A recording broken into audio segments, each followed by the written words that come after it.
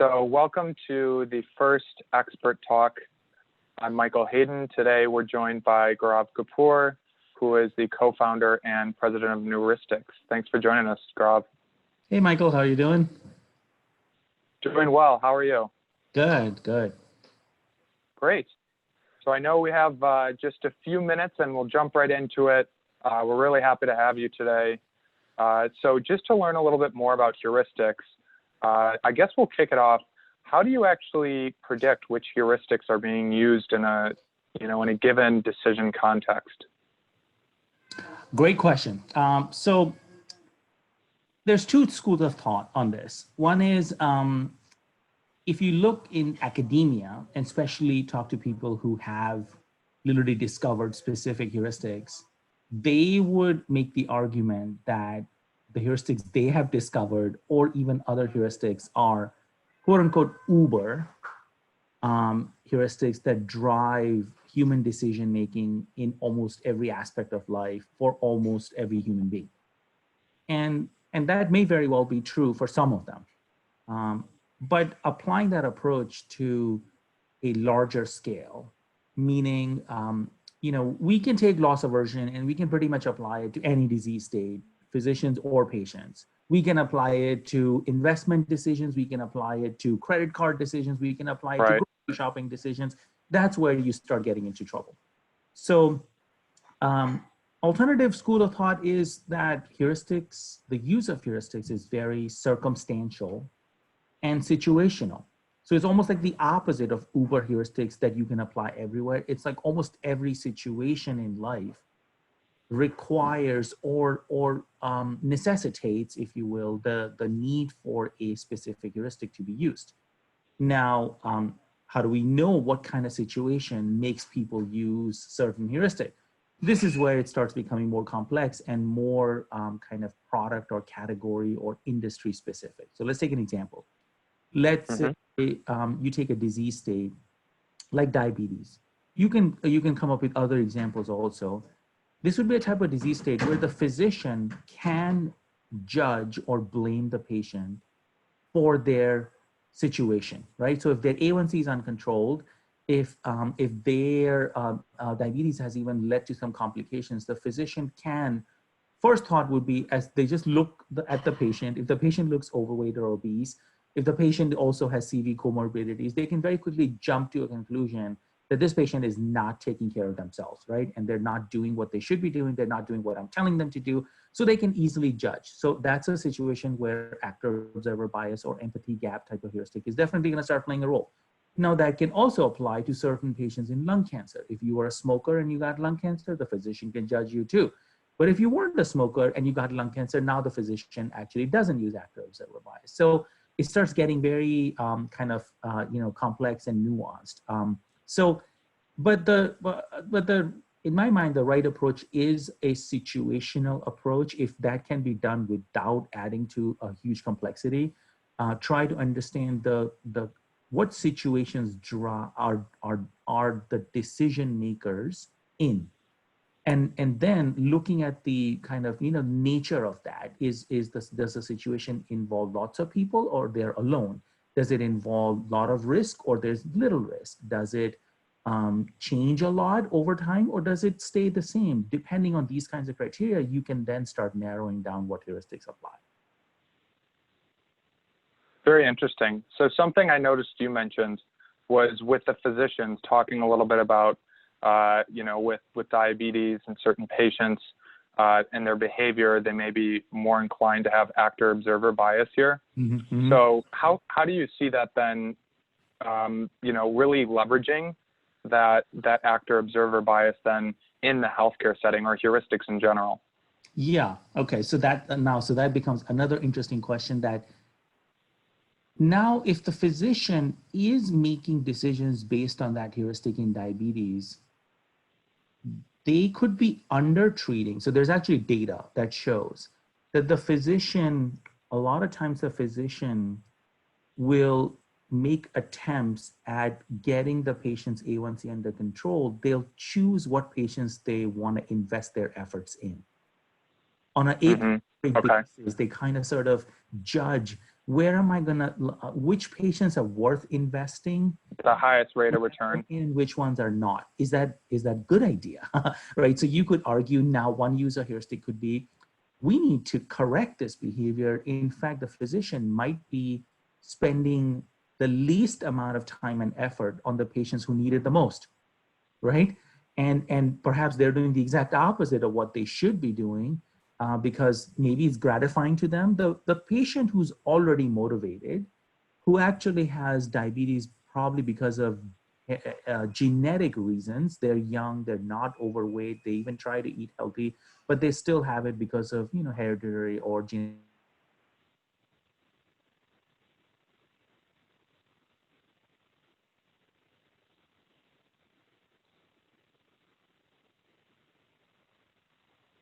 In taking care of that patient, and the patient, you know, now if you're a healthcare system, how do you get the physician to pay more attention to those kinds of patients?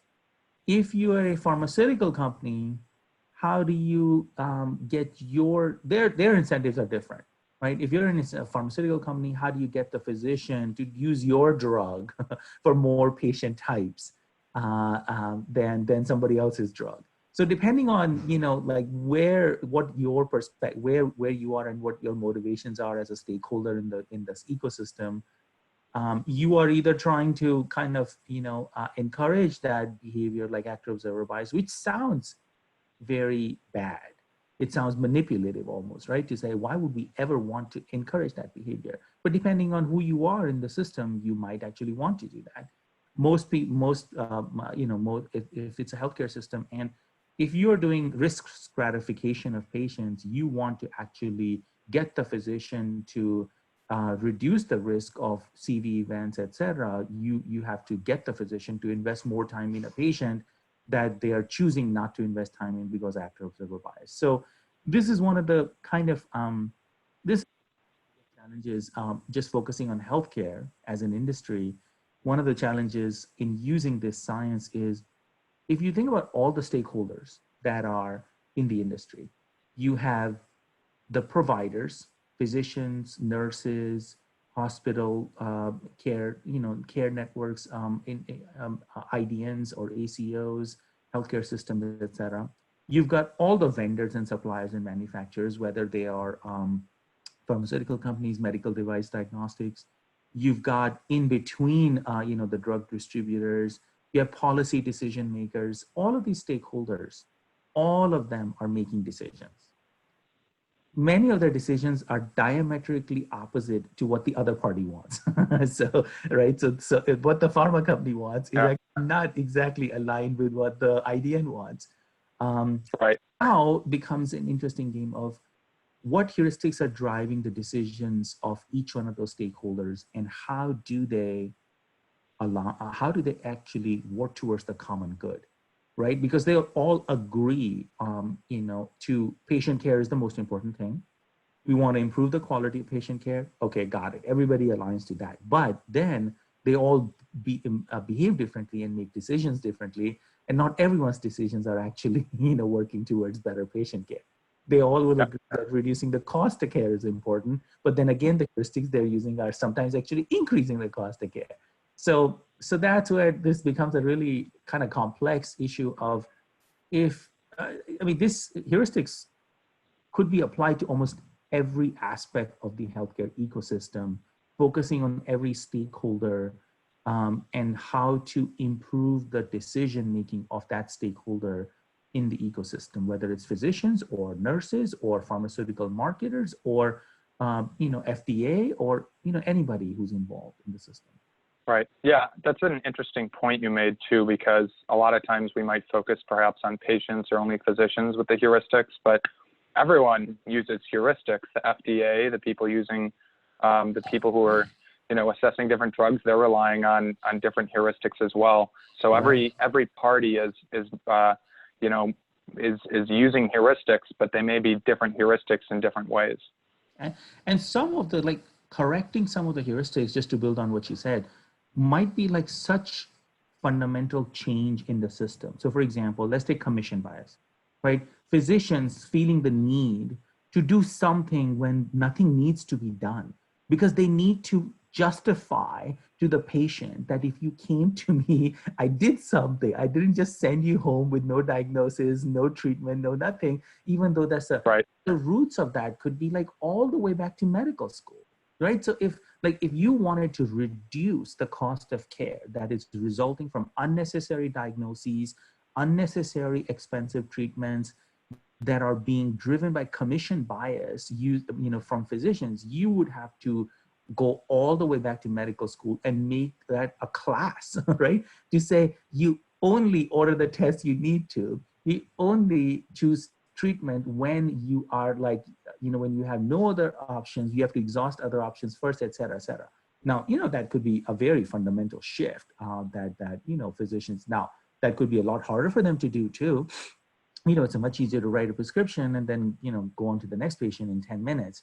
So if you have to really sit down with the patient and have the patient understand how they can manage their condition without having to take drugs, that's going to take more like 40 minutes to explain to the patient. Right. So yeah, so that's, like that, it's if really, I mean, a lot could be done by applying heuristics and nudging people towards a certain direction or away from certain directions, correcting or piggybacking on their heuristic-based decision making. Right. Well, and closely related to that too, you see with the commission bias is you also have accountability bias, or some researchers call it the defensive decision making, because oftentimes it's easier for a physician to overtreat and then say, at least I tried to do something, right. Rather than to have an inaction lead to something and then potentially open themselves up to liability. Exactly. That's a great point too. Like in some cases, some of the specialties, liability, like the risk of malpractice lawsuits, et cetera. I think in some states, like, OBGYNs have just decided, I'm not even going to practice in this state at all. Like, they're moving across the border to a different state. Right. So, talk about drug risk bias or talk about zero risk bias type of heuristics driving decision making. So yeah, it's absolutely. Yeah, and I mean, like in the current environment, because of COVID-19 or whatever, the kinds of policy decisions that have been made, availability heuristic, salience effect heuristic, anchoring effect from 100 years ago from influenza, the Spanish flu, like it's so fascinating how the decisions that have been made, and they actually vary quite significantly by country, right? So what Sweden is doing, what Denmark is doing, what Germany is doing, what South Korea already did, what Singapore and Hong Kong did versus what the US or UK and some of the other countries have chosen to do. Like it's a fascinating study in and of itself on use of heuristics driving decision making in a crisis situation, healthcare crisis situation. Right. So then moving beyond healthcare, what industries do you see really benefiting from trying to adopt the heuristic, the heuristic insights and trying to, use that as the lens to see, perhaps their customers or clients? That's very interesting. So financial services already uses it quite a lot. So a lot of the programs that have been put in place to get people to contribute more to 401ks or retirement funds to potentially save more, better manage credit, those things. So that industry is obviously using it. Although, don't faulty generalization in terms of how heuristics can be used. One of the ways I've always thought about is you can use it to figure out what to do versus what to say in almost any industry or almost any. So what to do is an example of how do you kind of create programs that encourage people to contribute more money to their retirement account. That's an example of what to do. What to say might be, how do you actually communicate via email or via direct mail or any other channels that you have? How do you communicate with employees, if you're an employer, to encourage more participation? Or so it's about creating a 401k a participation program. You can use heuristics to do that, but then getting adoption to that program, you need messaging or you need communications. So what to do versus what to say, both of them are really great use of heuristics. So in financial services, I find what to do has been a great use of heuristics. They've done quite a good job in moving the needle on a lot of applications. What to say using heuristics is something I'm actually quite surprised that they don't use it as much as they should, given their experience with it already. Jumping over to maybe a different industry, like take technology or take mobile. It's so interesting how many new behaviors are emerging in the society as a result of different, new technologies that have been created. All the heuristics that have to do with social influence are now on like steroids as a result of the social media channel. Like even in 2009, when the swine flu happened, which was also classified as a pandemic, versus today, the one thing that is very different is the use of social media around the world, right? Between WhatsApp and WeChat and Facebook. In 2009, there might have been, 800 million or a billion users. Now there are more like 5 billion users, right? So as a result of that, the speed and the just adoption or diffusion of information on any topic, correct information or inaccurate information, like in this case, COVID, it just exploded, right? So everybody became a news carrier and started influencing and somebody else in their life.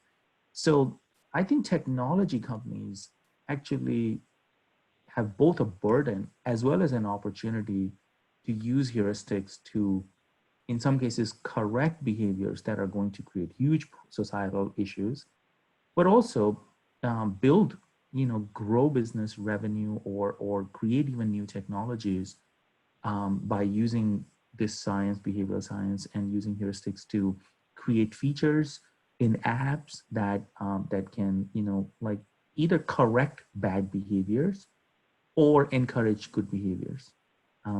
Another industry I thought. Yeah.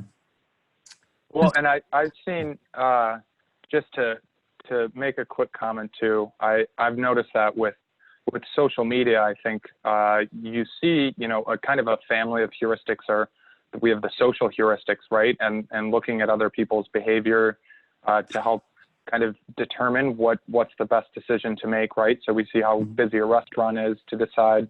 But in social media's case, it can lead to these cascades very quickly. So as you mentioned, with COVID, there was a lot of information and a lot of misinformation spreading around, and that, you really see a lot of social heuristics at play there. Or even I think where we're seeing it especially is with political campaigns. Michael Bloomberg spent a great deal of money on the social media buys, especially on Instagram, from influencers, and there you're seeing more of a bottom-up approach rather than the more typical top-down approach, trying to really leverage those social heuristics. Yeah, definitely. And some of them are really creating like very significant shifts in the way people behave and the society. And some of them are not good. Like, I mean, you've seen like one of the former top executives of Facebook who left, and he's been very critical about like talking about, like how it's creating a huge monster, if you will. So, right. Yeah. It's a fine line. One of the biggest industries is consumer goods, CPG, anything that's sold in the grocery store. They seem to be like barely even dabbling in this so far. Their use of heuristics is mostly limited to shopper insights or shopper type of programs. And even there, they're using very little. Like, barely, like, choice overload effect or faulty generalization, like very, very minimal use. So, and then getting out of shop in the consumer world, like it's like new product success rate in CPG is miserable. Like 80+% of new products launched in CPG industry actually don't make it to 2 years.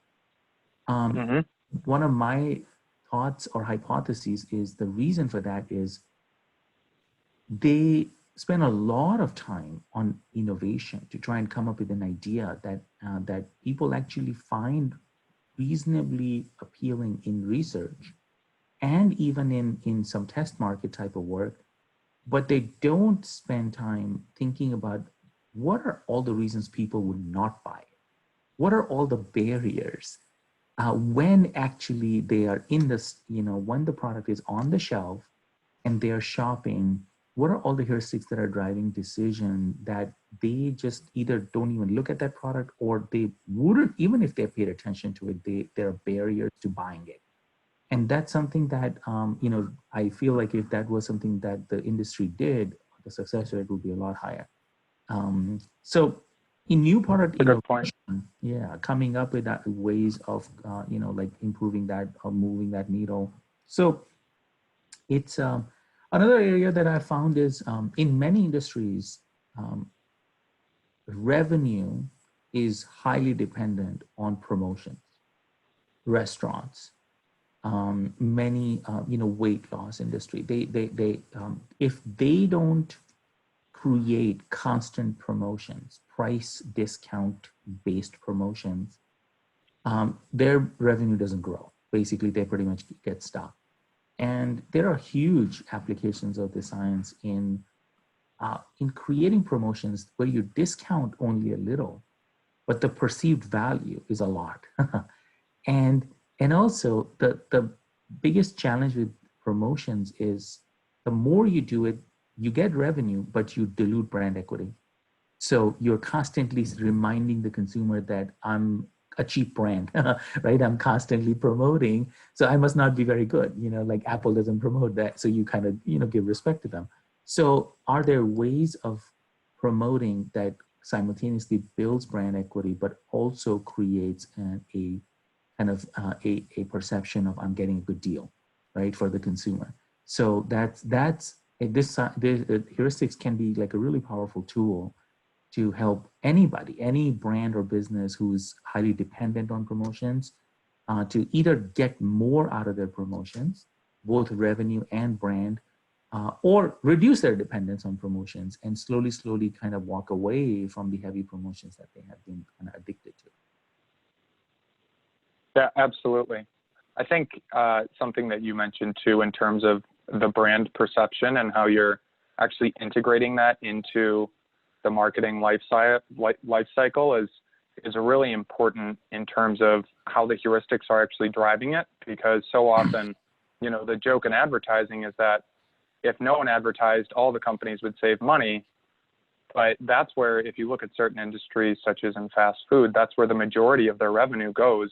It's purely to promotion, not towards their operating costs. And, it becomes this race to the bottom line in order to establish that brand equity. And that's where I think applying the heuristics can end up creating the win-win situations that oftentimes companies kind of don't really account for, where perhaps you are spending less on an ad campaign, but you're also improving some sort of boost. Yes, exactly. So yeah, Great. Well, you and I can talk about heuristics all day long. So. Yeah, I know it's tough to keep this within 20 minutes. Mm-hmm. But I do appreciate you joining us today, and until next time, thank you so much. Anytime. It's always a pleasure.